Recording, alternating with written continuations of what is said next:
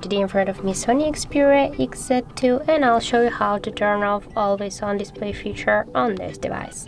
So first we should go into the settings application and then tap on the display section. Here scroll a little bit down to the lock screen preferences, and here we got the ambient display. Tap there and tap when to show ambient display and click here to off. And now we'll check. As can you see, our display just is black, is locked. So by this way we can turn off the always on display feature on this device.